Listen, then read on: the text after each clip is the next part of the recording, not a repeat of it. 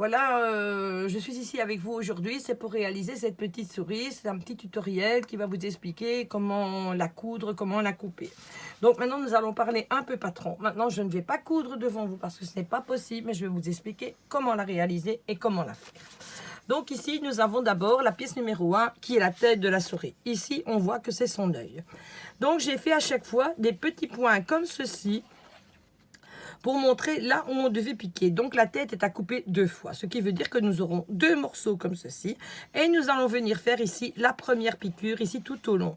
Quand on commence à coudre, un aller, un retour, un aller, un retour. C'est une chose indispensable parce que quand vous allez étendre les pièces, franchement, ça va se découdre si vous ne le faites pas et vous n'arriverez pas à monter la souris. Donc, c'est absolument nécessaire de le faire comme ceci. Donc, cette pièce-ci, elle correspond à la tête ici, donc de la souris. Ici, qu'est-ce que l'on voit? On voit qu'il y a un emplacement oreille. Donc, nous allons chercher la pièce numéro 2, qui sont les oreilles. Les oreilles, on voit qu'elles sont à couper 4 fois.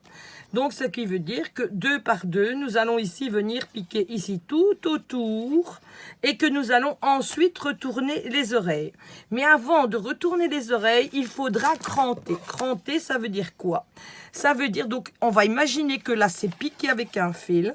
Parce que si on ne le fait pas, on ne va pas avoir des oreilles rondes. Elles vont avoir des biquettes dans tous les coins.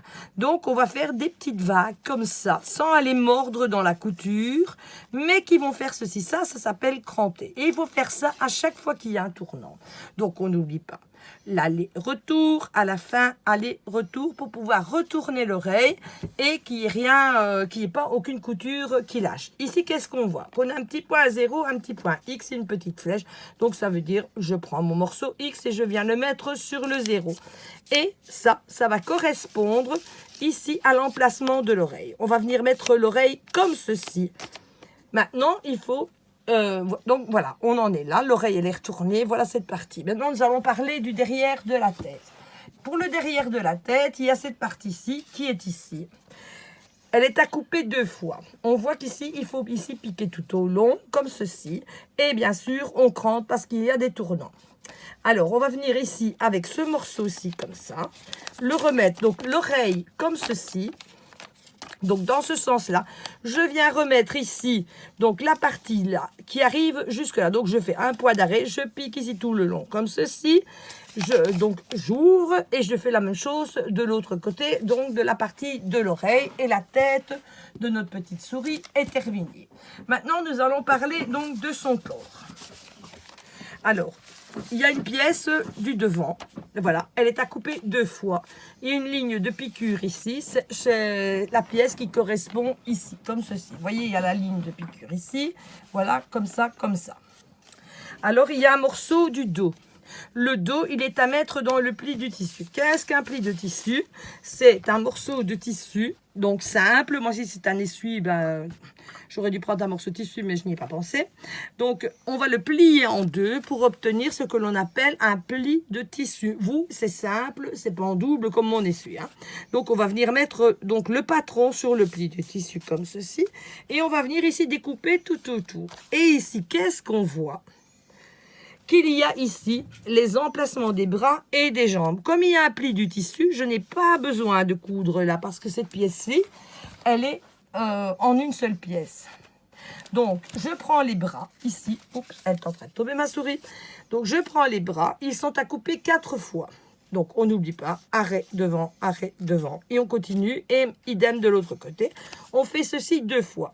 Et après, on bourre les bras. Attention de ne pas bourrer trop fort les bras, parce qu'autrement, vous allez avoir la même erreur que moi, que ces bras, ici, voilà. Ils ne tombent pas bien le long du corps, parce qu'ils sont trop bourrés. Mais seulement, je n'y ai pas pensé quand j'ai réalisé la souris. Donc, ne les bourrez pas trop, parce que quand elle va être habillée, ses bras, ils auront tendance à rester plus ou moins comme ça. Ça, c'est pas vraiment top. Donc, les bras, on les coupe 2 fois. On viendra les mettre donc dans cette direction. Les jambes, idem. C'est exactement la même chose que là. Et on vient mettre ceci. Et on viendra piquer donc avec le morceau donc ici du devant, comme ceci. Je vais venir ainsi et je viens piquer comme ça. Ici, le morceau ici, c'est ce qui se rajoute ici, donc comme ceci à la tête. Maintenant, si vous avez besoin d'explications, s'il y a un morceau de la vidéo que vous ne comprenez pas, je veux bien faire morceau par morceau. Mais faire tout en direct, c'est impossible parce que ça va durer vraiment, mais vraiment trop longtemps et c'est pas possible après de publier. Donc maintenant, nous allons parler donc du fond de la souris après que l'on ait bourré les jambes, les bras que l'on a attaché la tête. On va mettre le fond de la souris. Le fond de la souris, lui, il est à couper une seule fois dans le pli du tissu. Donc c'est toujours avec le tissu plié. On met bien le pli du tissu comme ceci, on le découpe. Et puis quand on vient piquer, on relève les jambes. Donc comme ceci, bien sûr on est à l'envers. Et on vient mettre ici le fond de la souris. Puis on va tout bourrer l'intérieur, le corps, la tête. Et on viendra terminer ici par des petits points de côté comme j'ai fait.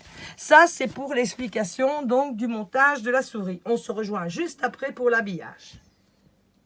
Nous arrivons donc à la réalisation de la petite jupette de la souris. Pour réaliser cette petite jupette, j'ai pris des bandes donc, que l'on trouve en pharmacie, des bandes de gain. Ce ne sont pas des bandes extensibles, c'est vraiment la base allez, de la bande de chirurgie, qu'on fait des compresses, je ne sais pas comment ça s'appelle, enfin c'est la moins chère.